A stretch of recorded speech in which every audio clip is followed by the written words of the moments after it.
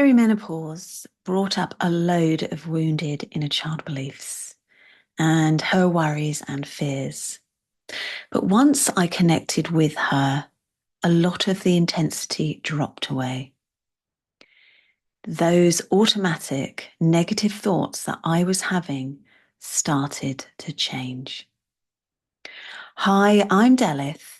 I'm a trauma-informed practitioner, and I help women become secure, calm, confident, and deeply connected.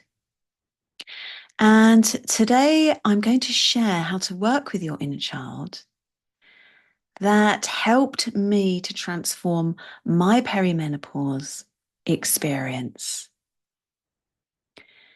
So, do you ever notice those automatic self-limiting beliefs? We all have them, absolutely everyone.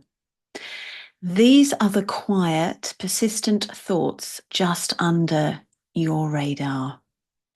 So, for example, they may sound like, I'm not good enough, I can't do it, I'll be rejected, I have to be quiet. When these kind of thoughts pop up, write them down. And you can ask yourself the following. Number one, what's happening here? Number two, how do I feel? Number three, how is this belief protecting me? And number four, how old am I here? And when you ask the question of how old am I here, just trust the numbers that come up and you just write them down. So the next time you feel triggered, so something happens and you start to react, you may go into fight or flight or freeze. Wait a few hours after that happens, so you become more calm again and you feel more balanced. Then journal around these prompts. Write down as objectively as you can what happened. Just write a statement about what happened. What was my emotional reaction? And to give you an example, did I feel mad, sad, glad, or afraid? Because a lot of our emotions will stem from mad, sad, or afraid. So you write your emotional reaction. Number three, what was the real hurt or pain about? So what were you worried about? What did you think was going to happen? You write that down. Number four, are there any other possibilities other than the first one I came up with? What else could have been happening in that scenario? Number five, is this the first time that I have felt this way? And if not, what can I remember about the first time? Number six, what was going on back then? And just describe what was happening. And number seven, can I see now what happened with a different perspective? And what you've done in that practice is you've actually connected with your inner child. So a situation has taken place and it's triggered something in you. And these series of questions are going to help you to reverse engineer to what is actually going on within you in that moment. And you are now connecting with a younger part of you. So as you go through this practice, you may begin to sense that younger part of you. You may even see them in your mind's eye. And you now need to offer this little version of you kindness, compassion, and respect. So you're actually offering that to yourself.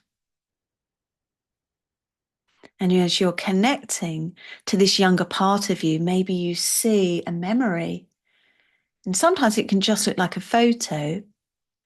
Begin to have a dialogue and just reassure her in relation to what you journaled about. So you take the information from the questions and you reflect it back to her, saying, did you feel like this? Were you worried about this? I hear you and I am acknowledging you right now. And you can say it was not your fault. And then you can give her new beliefs that oppose the ones that are in your journaled writing. For example, you are good enough as you are. You are worthy of love. You can do it. Let's do it together. This is a very deeply healing practice.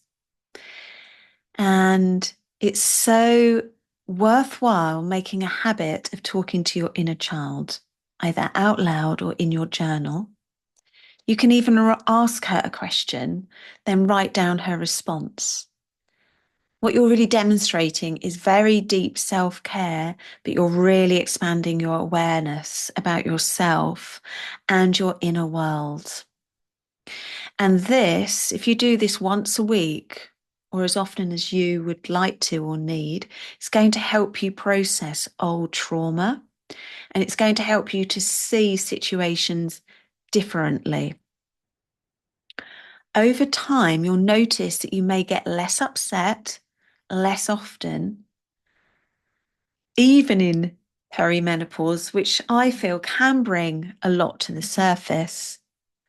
And this is how real healing takes place. And when we heal, we transform, we become more secure, more confident, and more connected.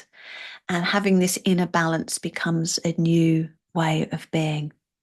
So let me know, how did this land for you? I'd love to hear your insights in comments. And if this helped at all, please like and subscribe. And if you would like to go deeper, download my free 30-day audio and becoming guide below. And if you'd like to explore one-to-one healing, drop me a note in comments and I can send you a link to book in for a call. Have a gorgeous day.